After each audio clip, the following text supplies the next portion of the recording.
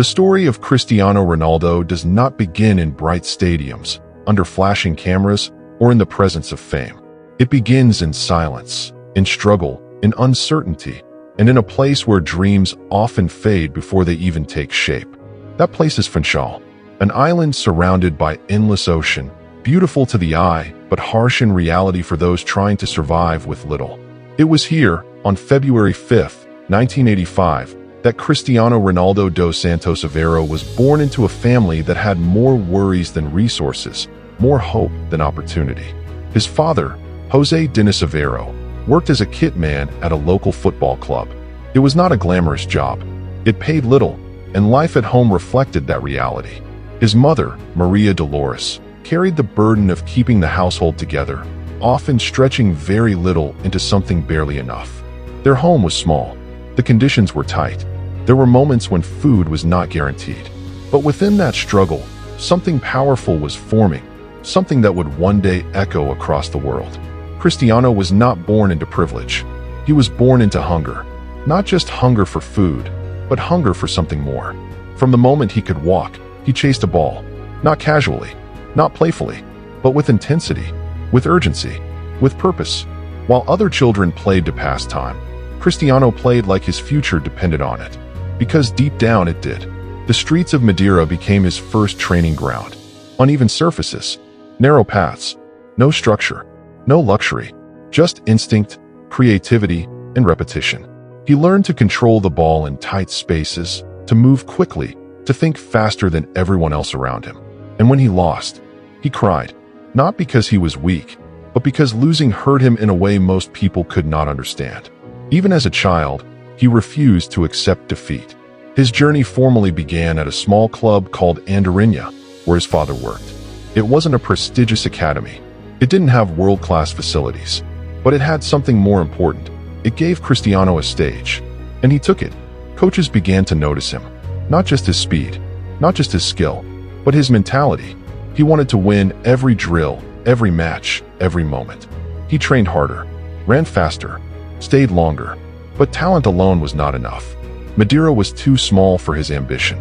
At just 12 years old, Cristiano faced one of the hardest decisions of his life, a decision that many adults would struggle to make. He left home. He left his mother, his siblings, his comfort, and everything he had ever known to move to Lisbon and join Sporting CP. This was not a heroic moment.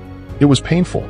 Imagine being 12 years old, alone in a new city, surrounded by strangers, expected to perform, to survive, to prove yourself. There were no guarantees, no safety nets, just pressure. The early days were brutal. He missed home constantly. He struggled to fit in. Other kids mocked his Madeiran accent. He felt like an outsider. There were nights he lay in bed, staring into the darkness, wondering if he had made the wrong choice. He cried, quietly, alone. But every morning, he woke up and went back to training. Because quitting was never an option. Football became more than a passion. It became survival. It became his identity, his escape, his weapon. At Sporting's Academy, the competition was intense. Every player there was talented. Every player had a dream. But Cristiano had something different. He had desperation. He trained longer than others, practiced harder, pushed his body beyond limits. If he failed, he repeated it until he got it right. If he was tired, he kept going. He was not the strongest at first. He was not the biggest, but he was the most determined. And slowly, that determination began to show. Then came a moment that could have ended everything before it even began. At the age of 15, Cristiano was diagnosed with a heart condition, a racing heart that required surgery. For many young players, this would have been the end of the dream. Football demands physical perfection. Anything less can be fatal to a career. For Cristiano, it was just another obstacle. The surgery was risky. The fear was real. But he went through it. And just weeks later, he was back, running, training, fighting. That moment defined him. It showed something deeper than talent. It revealed resilience, a refusal to be stopped. From that point on, Cristiano accelerated. He moved quickly through Sporting's ranks. Coaches could no longer ignore him. His speed, his dribbling, his confidence, it all stood out. By 17, he was playing for the first team. But the world still didn't know him. That was about to change. In 2003, Sporting faced Manchester United in a friendly match. It was supposed to be just another game. It became a turning point in football history. Cristiano didn't just play, he dominated. He attacked defenders fearlessly. He dribbled with confidence. He played like someone who had nothing to lose and everything to prove. And people noticed. Players on the opposing team were stunned. They reportedly told their manager, "We need to sign this boy." That manager was Sir Alex Ferguson, a man known for building champions. He saw Cristiano Ronaldo, and he saw potential greatness. Within days, everything changed.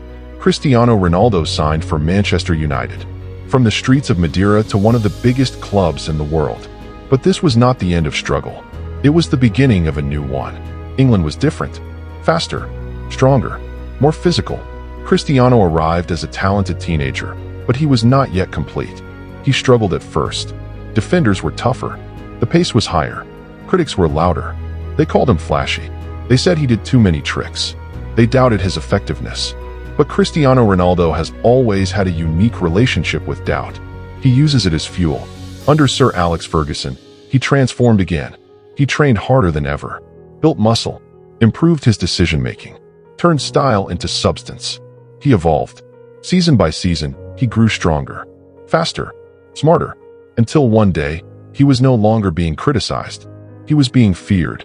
Cristiano Ronaldo did not just overcome struggle. He was shaped by it. Every tear in Lisbon, every lonely night, every doubt, every obstacle, it all built the foundation of a mindset that would carry him to the very top of world football. From nothing to everything. And this was only the beginning of the global phenomenon the world would come to know. The rise of Cristiano Ronaldo at Manchester United was not immediate dominance. It was a transformation. A slow, relentless evolution from raw talent into a complete footballing force. When Cristiano arrived in England in 2003, he was just 18 years old. Young, skilled, fearless, but also unrefined. The Premier League was unlike anything he had experienced. Faster, more physical, more unforgiving. Defenders didn't admire flair, they crushed it. Every touch was contested, every mistake punished. In his early matches, Cristiano dazzled the crowd with stepovers and tricks. Fans were excited, but critics were not impressed. They questioned his decision-making. They called him wasteful. They said he played for style, not results. And in football, criticism spreads fast. But Cristiano Ronaldo does not shrink under pressure. He adapts. Behind the scenes, something powerful was happening. Under the guidance of Sir Alex Ferguson, Cristiano began to rebuild himself, not just as a player, but as an athlete. Training sessions became battlegrounds. He stayed longer than anyone else, practiced free kicks repeatedly, worked on his weaker foot, built strength in the gym, focused on speed, balance, and explosiveness. While others rested, Cristiano refined. He wasn't chasing improvement. He was chasing perfection. Season after season, the results began to show. His body became stronger, his movements sharper, his decisions smarter.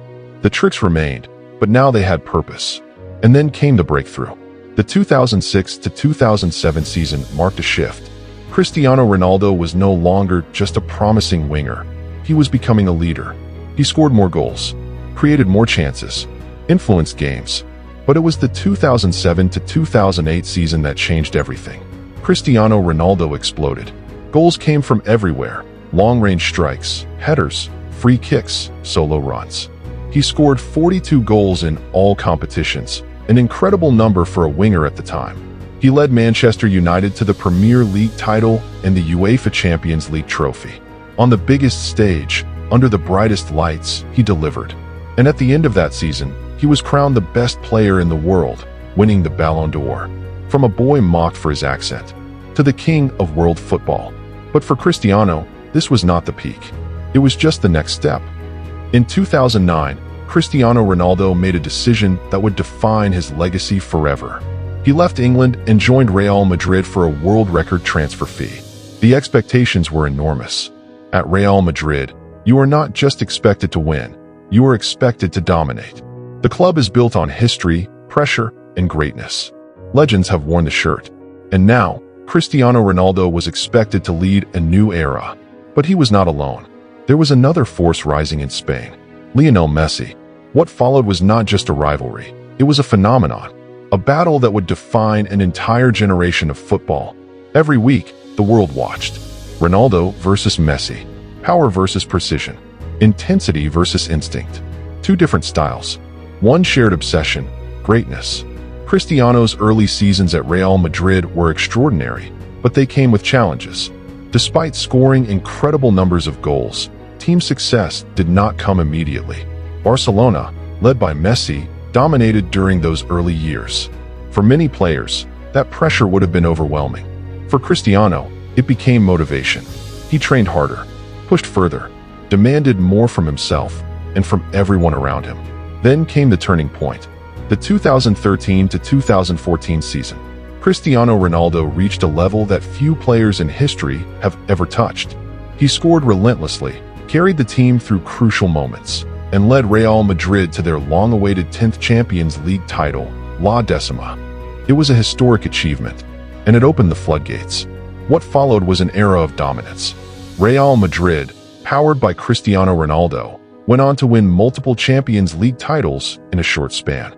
He delivered in finals, in knockouts, in moments where pressure crushed others. He didn't just perform, he thrived. Cristiano Ronaldo became Real Madrid's all-time leading scorer, an almost unbelievable achievement considering the legends who came before him. His numbers were staggering, his consistency unmatched, his mentality unbreakable, and all the while, the rivalry with Lionel Messi pushed him further. Every goal Messi scored was answered. Every record broken was challenged. Together, they raised the standard of football to levels never seen before. It was not just competition, it was evolution. But behind the goals and trophies, there was something deeper driving Cristiano Ronaldo. Pain. The loss of his father remained a quiet weight on his heart. He had not been able to fully share his success with him, and that absence became fuel. Every goal, every victory, every trophy, it meant something more. It was personal. Cristiano Ronaldo was not just playing for titles. He was playing for legacy. By 2018, after years of dominance, Cristiano made another bold decision. He left Real Madrid, the club where he had become a legend, the club where he had conquered Europe, and he joined Juventus. Once again, the world questioned him. New league, new country, new challenge. But if there is one thing that defines Cristiano Ronaldo, it is this. He does not run from challenges. He runs toward them. This chapter of his life would prove once again that greatness is not tied to one place. It is carried within, and no matter where Cristiano Ronaldo goes, he brings it with him. The story of Cristiano Ronaldo is defined by one thing above all else: his refusal to remain comfortable. Just when the world believes he has reached the peak, he chooses to start again, to prove himself in a new environment, under new pressure, against new doubt.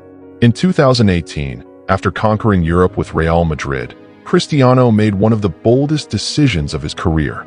He left behind a legacy that most players could only dream of: multiple Champions League titles, countless goals, and a place in history as the club's greatest scorer. He walked away from certainty and stepped into challenge. He signed for Juventus. Italy was different. The game was slower, more tactical, more defensive. It was a league where defenders were disciplined, organized, and unforgiving. Many believed this would finally be the place where Cristiano Ronaldo would slow down. They were wrong. From his very first season, Cristiano adapted. He adjusted his movement, became more clinical, and continued scoring at an elite level. His presence transformed Juventus, not just in performance, but in mentality. Training intensity increased. Expectations rose. He brought with him a culture of winning. Cristiano Ronaldo helped Juventus secure league titles and delivered crucial goals in key moments. Even as he entered his 30s, he remained one of the most dangerous players in the world. But something was missing. The Champions League, the competition where he had built so much of his legacy, remained out of reach during his time in Italy.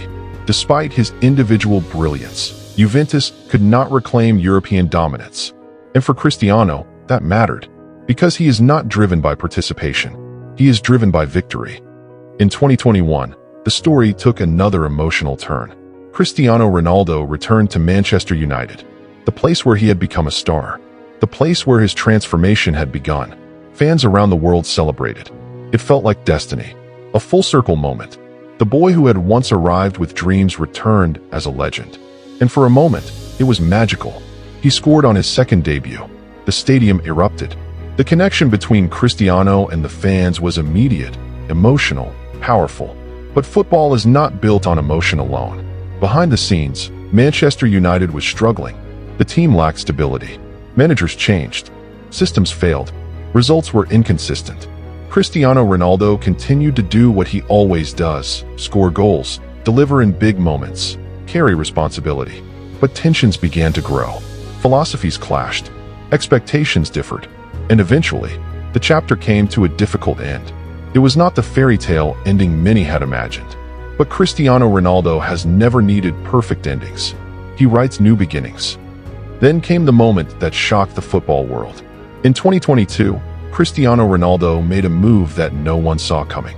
He signed for Al Nassr in Riyadh. For some, it was unexpected. For others, it was misunderstood. But for Cristiano, it was another challenge, another mission. When he arrived in Saudi Arabia, he wasn't just a footballer. He was a global icon stepping into a new football culture. The spotlight followed him. The expectations followed him. And once again, he delivered. He scored goals. He led by example. He raised standards. But more than that, he changed perception. His arrival brought global attention to the Saudi Pro League. Fans from around the world began watching. Other international stars followed. The league grew in visibility, in quality, in ambition. Cristiano Ronaldo became more than a player. He became a catalyst. Even in a new environment, in a different football culture, his mentality remained unchanged. He trained relentlessly, demanded excellence, celebrated victories with passion, and showed frustration in defeat. Because for him, football is not just a profession, it is identity. While his club journey continued to evolve, his story with the Portugal national team remained one of the most emotional chapters of his life. For years, critics questioned him. Can he win with Portugal? Can he lead his country to glory? The answer came in 2016. Portugal reached the final of the UEFA European Championship. It was the biggest match in the nation's history. But during the game, Cristiano suffered an injury and was forced off the pitch. For many players, that would have been the end of their impact. Not for Cristiano. From the sidelines, he became a leader in a different way, shouting instructions, motivating teammates, living every moment with intensity. When Portugal won, it was more than a trophy. It was validation. It was history. It was legacy. He later added the UEFA Nations League title, further cementing his impact on international football. Cristiano Ronaldo did not just play for Portugal.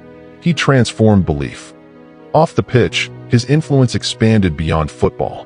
He became a global brand, a symbol of discipline, fitness, and ambition.